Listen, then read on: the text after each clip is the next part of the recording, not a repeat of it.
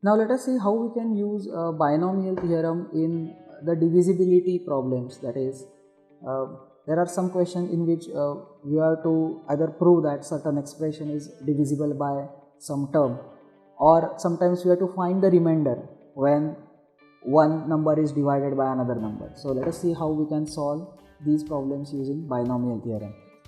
Now to begin with, let us recollect the expansion of 1 plus x raised to n.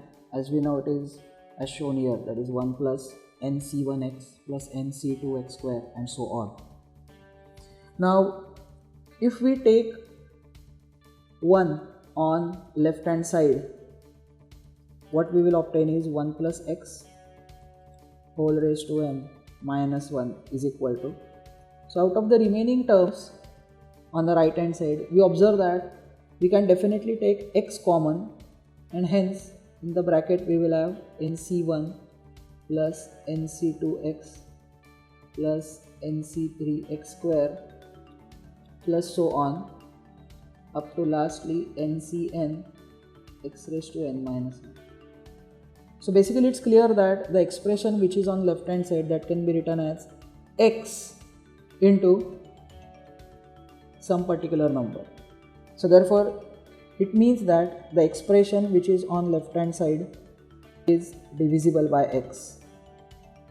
So that way we try to show that if particular expression is divisible by x, then we use the binomial theorem in this particular manner. Now let us solve few questions so that this idea will be clear. Now here is the first question, that is, we have to show that 2 raised to 3n minus 1 is always divisible by 7, where n is a natural number. So we are given an expression of the form 2 raised to 3n minus 1.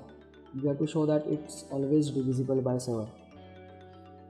Now let us start off with the given expression, and we will try to write that as 7 into some integer number. Alright. So here to do that, first let us split 3n as 3 into n. So using laws of indices we can definitely write this. Now this further is equal to 8 raised to n minus 1. Alright. Now we see that the number with which we have to check the divisibility is 7, and that is very much close with number 8. They just differ with 1. So therefore we can write this particular 8 as 1 plus 7 whole raised to n minus 1. Okay. Because why do we write 8 as 1 plus 7 and why not 2 plus 6? Because the very reason is that we just saw previously that we have to make use of the binomial expansion of 1 plus x raised to n. So we must have this particular 1 present. So that is what we try to achieve. Now moving ahead, if we expand this 1 plus 7 raised to n, we will have the first term as 1 plus next term would be nc1 into 7 plus next term is nc2 into 7 square plus so on to last term will be ncn into 7 raised to n, and from this we have to subtract minus 1. Right? So therefore 1 will get cancelled, and from the remaining expression, if you observe, we can always take 7 common, as various powers of 7 are present. So if we take 7 common, we have nc1 plus nc2 into the remaining 1 factor of 7 and so on, and the last will be ncn into 7 raised to n minus 1. So thus we see that now this can be written as 7 into some integer n, because this particular bracket is definitely an integer and not any fraction or something. So therefore we can now say that since n is an integer, rather it will be in fact a natural number. So therefore it's clear that the required expression, that is 2 raised to 3n minus 1, is divisible by 7. Let's see another question, a different variety based on the divisibility. Now here we have to find the remainder when 7 raised to 103 is divided by 25. Now in this type of question, what do we do is we try to find out the power of the base, that is here the base is 7.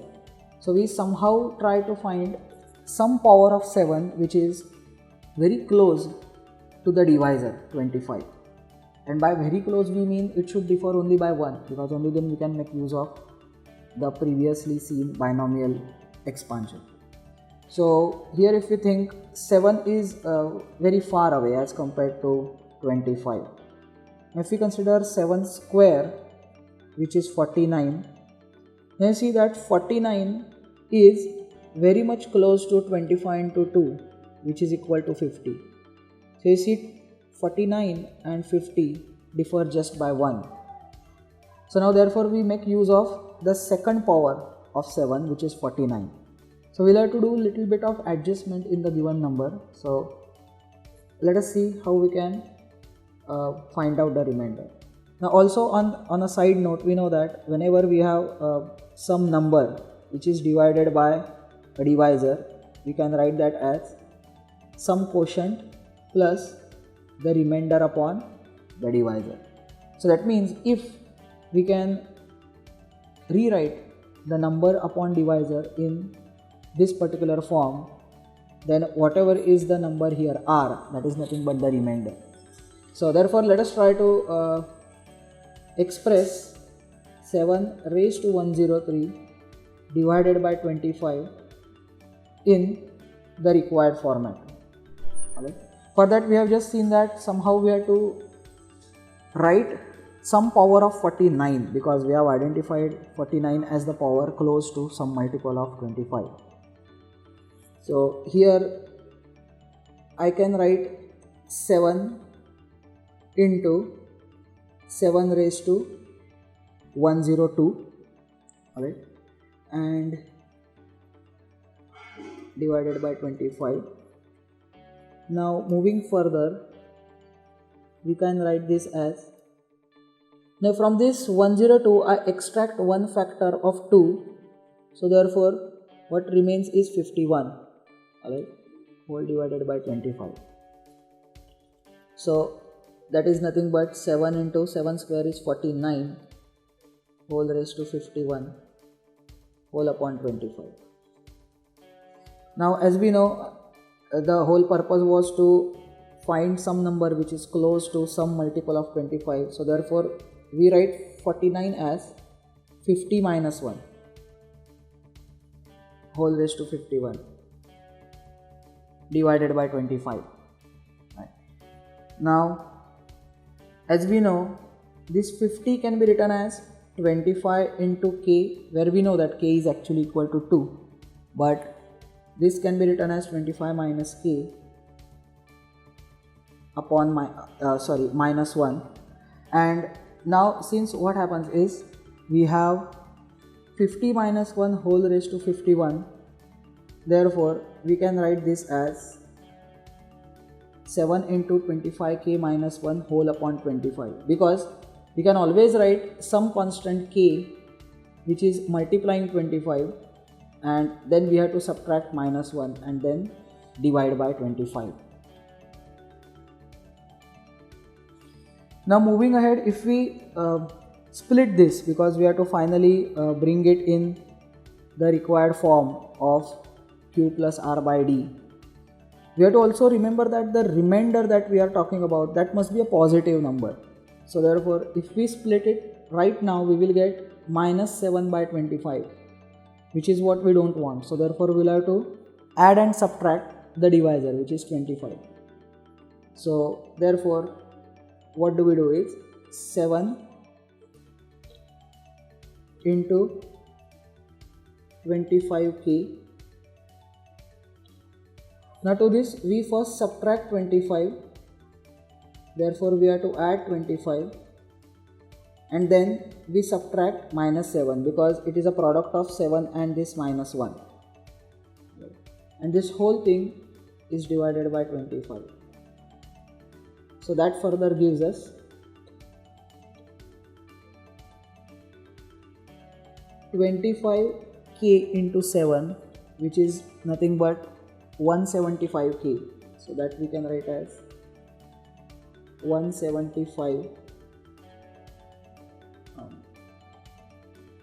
k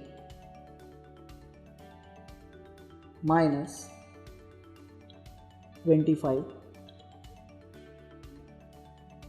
plus, now we will club 25 and minus 7, that is nothing but 18 whole divided by 25.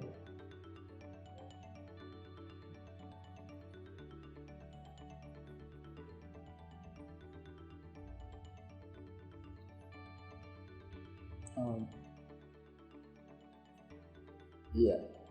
So now that further is equal to, now if we take 25 common from the first two terms, then we will have 25 into bracket 7k minus 1. So that is the first term. There we get some multiple of 25, and since k is an integer, 7k minus 1 will also be an integer, whole upon 25